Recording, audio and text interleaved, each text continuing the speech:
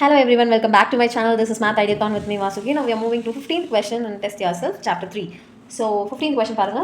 Salman invests a sum of money in rupees 50 shares, paying 15% dividend quoted at 20% premium. If the annual dividend is 600, calculate the number of shares he bought and his total investment and the rate of return on his investment. So 15th question வந்து given clear-ஆ கொடுத்திருக்காங்க.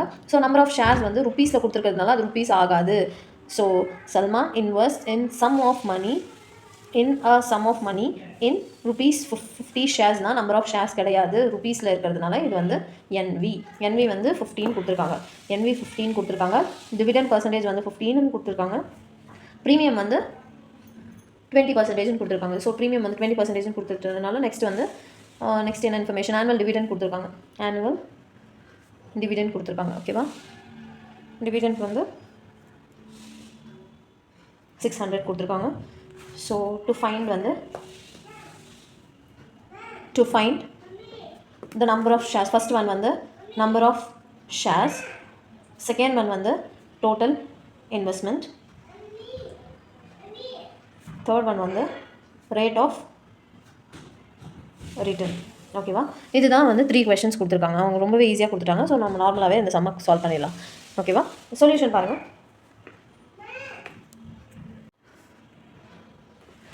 So இப்போ solution பாருங்கள். First வந்து என்ன கண்டுபிடிக்கணும்னா, நம்மளுக்கு number of shares தேவை.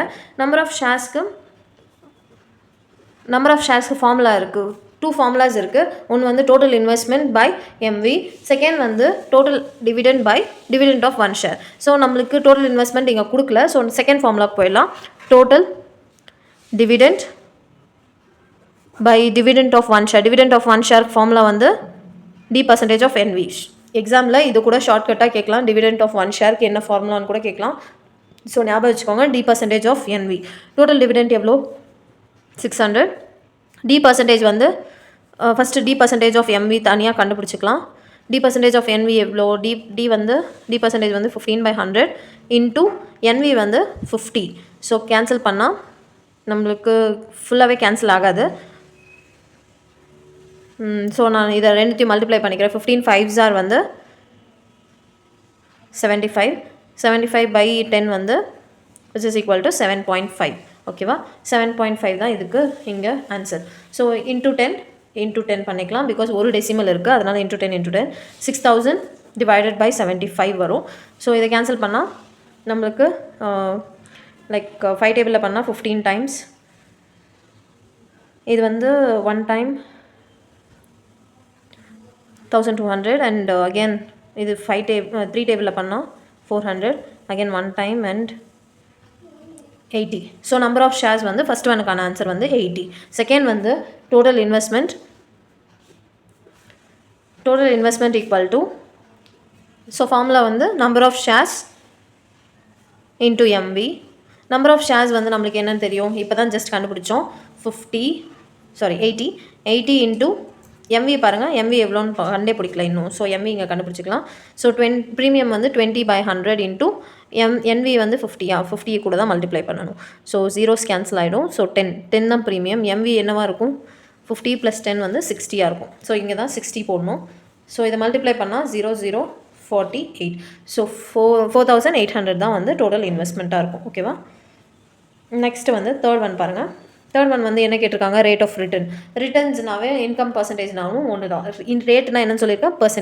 Percentage of return percentage தான் கேட்டிருக்காங்க. ரிட்டர்ன் பர்சன்டேஜ்க்கு இன்னொரு மீனிங் வந்து income percentage of MV equal to dividend percentage of NV. இந்த ஃபார்முலாவில் தான் யூஸ் பண்ண போகிறோம்.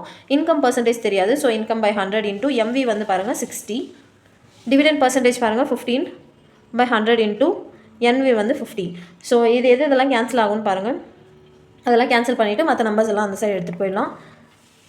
இது 5 and 10 அப்படியே கேன்சல் பண்ணல, நான் அப்படியே வச்சுக்கிறேன். I = இப்போ என்னது இருக்குது எனக்கு? 75/10 இருக்குது ஆல்ரெடி. இப்போ பாருங்கள், இந்த 100 வந்து நியூமரேட்டருக்கு வந்துடும், 60 வந்து டினாமினேட்டருக்கு வரும். ஓகேவா, ஸோ இப்போ இதெல்லாம் கேன்சல் ஆகும். இந்த ஜீரோஸ் கேன்சல் ஆகும். 6 and 75 வந்து அகெயின் 3 டேபிளில் போகும். 3 டேபிளில் கேன்சல் பண்ணோன்னா இது 2 டைம்ஸ் அண்ட் இது வந்து 25 times.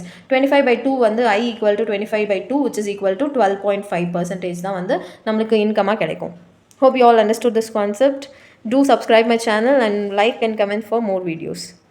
Catch you in the next video. Bye bye.